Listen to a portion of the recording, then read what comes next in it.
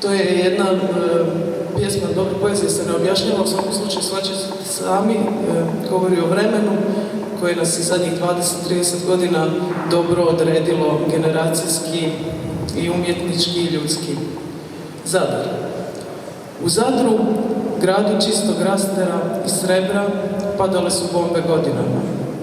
Ljudi su se kupali u moru u veljači, studenti hodali sljubljeni uz zidove, da ih ne pogode geleri, haubice, zvončići, meci, granate. Učili su starocrkveno-slavenski i zauvijek prenosili ispite u ratne godine.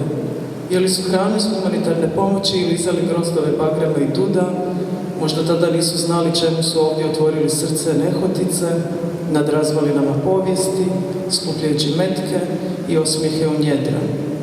Neke su glave okamenjene zauvijek, neki su stanovi napušteni krišom, mnogi zlatni meci sprašeni u žile, snovi djece, stranih imena, prekinuti su udarcem čizme o vrata, autobusi s tajnim odredištem vozili su putnike spuštenih glava i puno je tišine posijano tada usred eksplozija, na ulicama, skloništima, usnama i nekoliko je knjiga spaljeno da se na policama napravi mjesta za nove, koje nikada nisu bile tako dobro napisane.